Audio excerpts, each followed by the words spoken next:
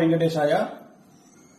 So ఎన్నికల ఫలితాల గురించి దేశవ్యాప్తంగా మరియు ఆంధ్రప్రదేశ్ రాష్ట్రానికి సంబంధించి నేను ఇచ్చినటువంటి ప్రిడిక్షన్ లో నేను నరేంద్ర మోడీ గారి ప్రభావం తగ్గుతుంది అని చెప్పడం జరిగింది. అలాగే ఆంధ్రాలో జగన్మోహన్ రెడ్డి గారు గెలుస్తారు అని చెప్పడం జరిగింది. నాకున్నటువంటి విద్వత్తు, నా విద్యను అనుసరించి నేను చెప్పడం జరిగింది. సో నేను చెప్పిన దాంట్లో సెంట్రల్లో మోడీ ఆధిపత్యం అనేటువంటిది తగ్గింది, ఒకటి జరిగింది. రెండవది ఆంధ్రప్రదేశ్ లో జగన్మోహన్ రెడ్డి గెలుస్తాడు అని నేను చెప్పినటువంటి ప్రిడిక్షన్ తప్పింది. సో జనరల్ గా జాతకాన్ని బేస్ చేసుకుని మాత్రమే నేను చెప్పడం జరుగుతోంది.